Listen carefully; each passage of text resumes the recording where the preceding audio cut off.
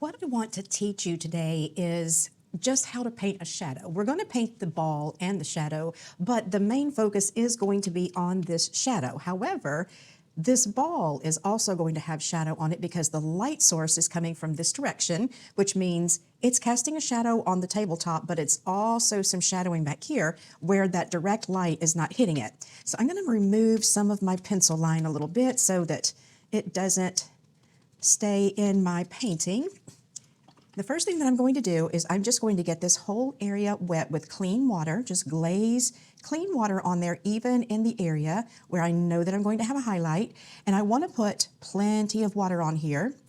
And one of the things that's going to do is it's going to get that sizing on the paper disturbed a little bit and allow my paint to sink down into the fibers of the paper, because the sizing is meant to help your paint stay on top of the paper, which is fine because if there was no sizing, then our paint would just get absorbed right into the paper immediately, and that would not result in a really nice painting. And this is a super, super simple, like way beginner type of a situation here going on with this painting, but I wanted to keep it as simple as possible so that if you are brand new to watercolor, this is something that is very easily doable for you. Or if you've been painting in watercolor for a little while, but you feel like you need to get a grasp on some techniques that maybe you haven't learned how to do yet, or maybe you have, but you've been taught the wrong way to do it, or you have tried to figure it out on your own and it's not working out like you want it to, just anything like that. This is for your benefit to help you understand shadows, value, highlights, and how to paint something that looks realistic and how to paint shadows. That is the main focus of this short little tutorial. So now see how wet that is, lots of water. I'm going to give that an opportunity to kind of get settled in, because if I put my paint on there right now, it's just going to float on top of the surface of that water. That could potentially give me some really harsh edges that I wouldn't want, and it could potentially create blooms because some areas are going to dry faster than others, and I'm just not going to get a nice wash by doing that. So I'm going to let it settle in, and once it's not quite so shiny, that's when I'm going to add my paint. Now that I've gotten some of that high glossy looking sheen off of there and it's starting to look a little more like silk or satin, this is when I know that it's probably ready for me to start adding color. I'm going to begin with some of my Nickel Azo yellow because I want to keep my red as vibrant as I possibly can. So by adding a yellow underwash, that's going to help keep my red from turning so dull. So I'm just painting this yellow in. All around, I'm going to try my best to stay away from where the highlight is. And if I end up losing my highlight, it's not a big, huge deal. I can always scrub it out later.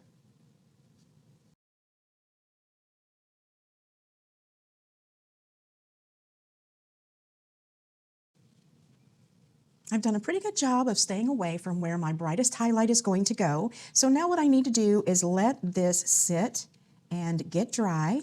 And then I'm going to take my eraser that is safe to use on watercolor paper, and I'm going to erase that pencil line, just get rid of it. Okay, so once this is dry, we will carry on. I'll see you in just a second. So I have this eraser. It's a Staedtler Mars Plastic Combi, I guess is how it's pronounced. I'm not going to add a lot of pressure, but I do want to try to get rid of as much of this graphite pencil line as I can. Now, some of it is definitely going to be trapped underneath my paint. That's okay. We'll get off as much as possible, and then what is stuck is just stuck. As long as you use an eraser like this that's not harsh and will not disturb your watercolor paper, you can use this. Don't use just a regular pencil eraser because that is definitely going to mess up the surface of your paper.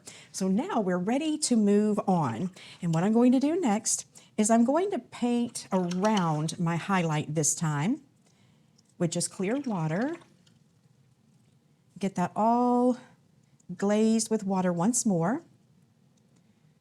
And now that my paint is on there, the yellow paint, it gives me an opportunity to see any places where I didn't get a nice straight edge to this circle. So I'm going to try to make sure I get that under control as well. So I'm going to extend this water just a hair's width so that any of those pencil lines that are trapped under that yellow paint, I can cover those up on this next wash and camouflage those so that they don't necessarily show. And I'm going to do the same thing again where I'm going to put the water on. I'm going to let it sit and settle in for just a minute, but what you're going to notice is after you have disturbed the sizing on your paper once and gone in with paint, when you come back the next time, the water is going to settle in and absorb more quickly, and you're not going to have to wait as long. But as you can tell, I have a lot of water on the surface of my paper, so I'm going to give it just a few seconds. What I'm going to do is I'm just going to use my red, and I'm going to put that on there just over the yellow, and this is going to be my first wash of color of the red. Okay, let's see. Yep, that's going to be just fine. I'm going to dance around that highlight area, and I'm going to try to create a smooth, gradual transition from the red into where that highlight is. Because I don't want it to be a really stark, harsh-edged highlight. I want it to have a softer feel to it.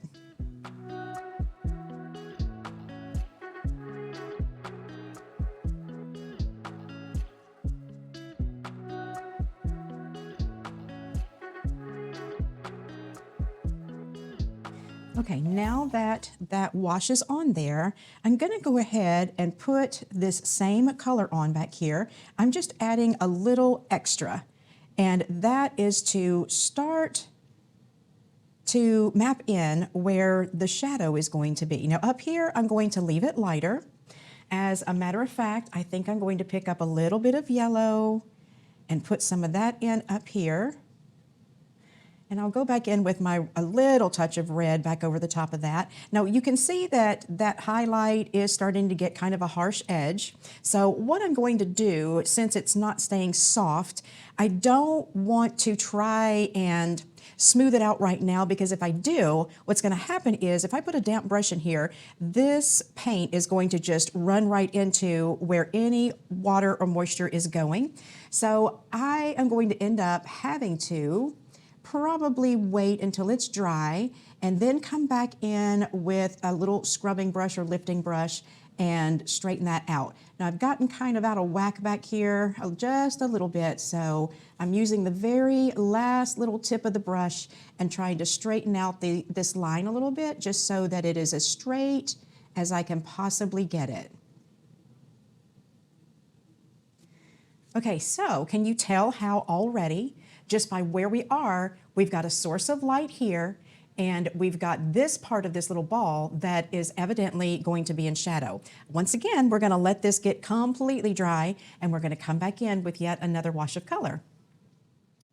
Now take a look at this. Already, now that it's dry, you can tell even more that we have a darker area back here, and it gets lighter right there where our light is coming in from here and hitting that surface. So I still need to go slightly darker, so I'm going to take some of the red, put it in there. I'm going to grab a little bit of neutral tint. I'm going to darken this down just slightly.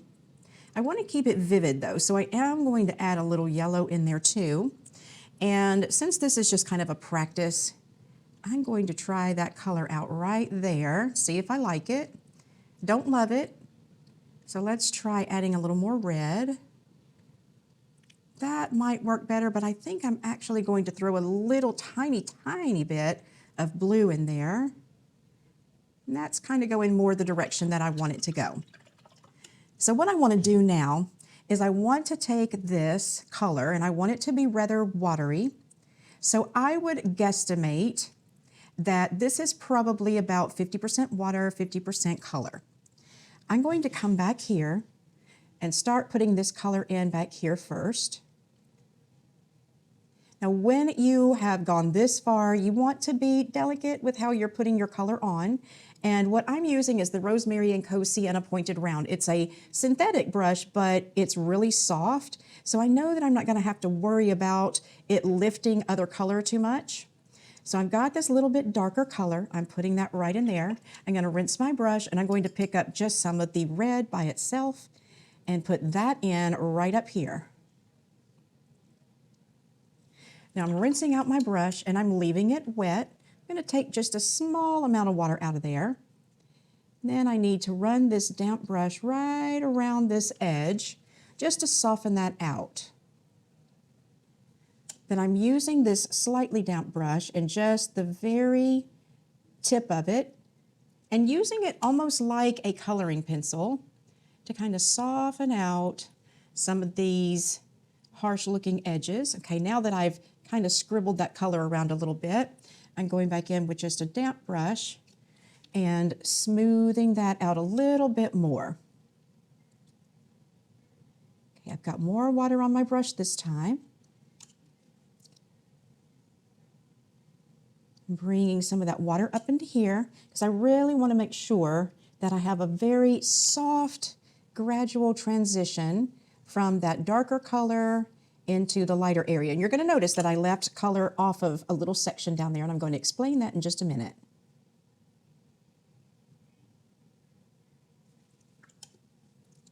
Get a little bit more of my red, put that right in here on top of this damp surface, and just help to blend these colors together just a little bit more. Okay, that's looking a lot better. When I say this brush is soft, see how when I push it, it stays pushed? It has a much softer texture to the bristles than some of the other brushes that I use, which makes it really good for something like this because I can paint on top of several washes and not have to worry so much about it lifting up. Now the reason that I did not paint right down here is because where this ball is sitting against a white surface, there is light reflecting back up onto it from that white surface that it's sitting on. So I am just gently lifting some color, and I tell you what I'm going to do. I'm going to get a different brush because I need something that's a little bit stiffer and that's going to, for lack of a better term, kind of dig into the paint a little bit. The other brushes are fantastic for not lifting color when you don't want to. This one is the Rosemary & Co. Snowdrop Pointed Round. It has a stiffer bristle to it. It absorbs fine, so I know that I can use this to pick some of this color back up with, and it's going to create that little reflected light that I'm looking for. So this is primarily right out here around this side of the ball. And see how I'm rinsing the brush, I'm taking the water out, and then I'm just gently rubbing it back over this area and continuing to lift color until I get it to where I want it to be. Now, I will say that if you get to a point where it is just stop lifting, then that means that it's getting too dry and you'll have to wait and lift more later. Or sometimes if you start trying to lift out color too soon and it's still too wet, it is not going to lift the color out either, because what is happening is if the surface of your paper is really wet, then if you try to lift color out, then once you sweep your brush through there, it is going to just fill right back in with that paint that's around it. Okay, so I'm going to leave that as is for now. Once again, I'm going to dry it, and then when I come back, I'm going to add a little more darker color because I see that right in this area, it has a little more shadow and it's a little more a burgundy color. So I'm going to get that taken care of, let that dry, we'll add the shadow, and then we'll soften out that highlight. We are back and getting very close to the end. Now this is looking really good so far, and I'm pretty pleased with it, but I think what I'm going to do is I'm going to add a very watery consistency of some yellow, just because I want to make sure that I'm keeping this area nice and bright. So I'm adding some yellow there. I'm rinsing that out of my brush, and I'm just taking a wet brush and I am moving this water around to keep that really soft. Now I'm going to go into my red. I'm going to drag some of this neutral tint in there, and I'm going to drop that right back in here, because this is where I see the darkest shadow. So it comes around like this. And I'm getting plenty of paint on the brush, and then I'm just kind of tapping it in. The reason I'm doing it this way is because I have so many washes of color on this area. If I get too crazy with it, I'm going to end up lifting some of those layers below, and that is not what I want to do. So now I've just gone into the red. That's just the red by itself. And I'm adding some of that. I'm just kind of staying away from that highlight area. And I'll just continue to work and get it to where I want it to be. If I need to go a little bit darker, I can just add a little more of that neutral tint in there. But primarily the darkest dark is back here toward the edge of the ball. So I'm going to just kind of gently move this around. My brush is really touching the paint and the water and not really the surface of the paper. I'm trying to keep that off of the paper as much as possible, just so I'm not lifting any of those colors. And I just made a little boo-boo, so I'm just going to take my finger and push that back. You don't want to try to mess with it right now because you've got a lot of paint, a lot of water on there, and the best thing to do is just let it dry and then come back to it later. So I'm getting a little more of the red, putting it right up in here. I have a lot of paint on here right now. Drying out my brush, very gently, just softening this out. Then I'm going to leave that. And I know that I've got a little bit of glare from my overhead light. Once it's dry, you'll be able to see a lot better what this looks like. So for now, we're going to let it dry one more time. Okay, so it's all ready to go. And before I do the shadow, I am going to spiffy up that highlight. Now, it's not a solid white highlight, but I left it this way so that I can soften it, bring some color into that white space, but have the edges be soft as it blends out. So I've just taken my brush and I have it loaded with some water, and I'm just working around the edge of where that paint is, just loosening it up, letting some of it flow into where that highlight is, and then just softening out around it. Let's see how that looks right now. I think I'm going to add a little more color in there, some of the red and some of the yellow. And I'm just going to work a little further out than just right there in that center. I definitely want to do some scrubbing on those corners, or not corners, circles don't have corners, on those edges, just to keep them from looking like a harsh reflected shine, because that is not what is on this ball. It's a highlight, not a real, what you might consider reflection. Okay, so I'm lightening up a little bit out here. So I'm rinsing my brush, then going back into there, just lightening that up a little bit. I'll take some of my paint again, fill that in, then just slightly with a damp brush, soften that out. Now I did lose my highlight down here, not the end of the world. I'm just going to do basically the same thing where I'm going to run a wet brush over this area where that highlight is, or it is a reflected light from the tabletop. Then I will use my paper towel and just lift some of that up. Make sure, see how much paint came up on that? Make sure that you turn your paper towel so that you're not putting paint back down onto your surface. Okay, now I'm going to take just a very light wash of my red and put it right back over the top of that, just to kind of blend it out a little bit. Still have the highlight, but it is softened out. It's not going to be stark. Okay, so what I need to do, honestly, is to allow this area to dry, because our shadow is going to bump up against that, and I don't want to take a chance on the black color that I'm getting ready to mix up to merge up into this area. So I'm going to let this dry, and then we're going to put in the shadow and we will be done. I'm getting ready to mix a black. I'm going to take some yellow. I'm going to grab some of the red. And I'm going to grab some blue. I'm going to mix these colors together until I get a nice black. And I feel like that's what I've got here. Okay, so now I am going to take water and I'm going to fill in the area where the shadow goes, but I'm going to extend that out past where my pencil line is, simply because this shadow is a very soft edged shadow. It's not a really harsh edge. And so by extending the water out past basically where the shadow stops, it's going to give me a nice, smooth, blended edge rather than a harsh, hard line shadow. So I'm going to go in, pick up my black. I'm going to start right here next to the ball.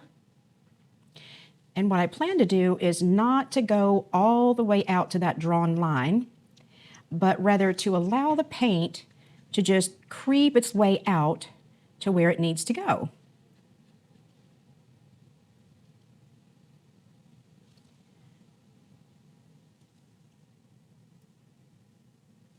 Okay, I have some little fingers trying to crawl out there, so I'm just rinsing my brush and drying the water out of it.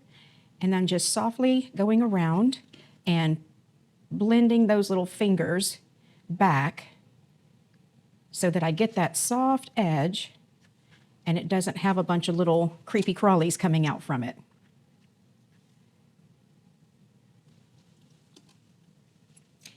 I don't have enough of my color to make up another black, so I'm just going to use some of the neutral tint, and I'm going to mix some of my other color into it, and this is not working like I wanted to. Okay, so let me grab my blue instead, because I thought I was going to get to cheat, but I'm not. Put my blue in there, put some red in there, put a little bit of the yellow, and create the black again. So I want to add a little bit darker shadow right next to the ball, and then just kind of softly tether that out a little bit. Dry my brush, and I'm just using the very, very, very last little hairs on the end of my brush to blend that out. Drop just a little bit more right here next to the ball. That's where the shadow would be the very darkest. And it's kind of hard to see now because there is a glare because of my lights. So let me get it dry, and then you'll be able to see better what that looks like.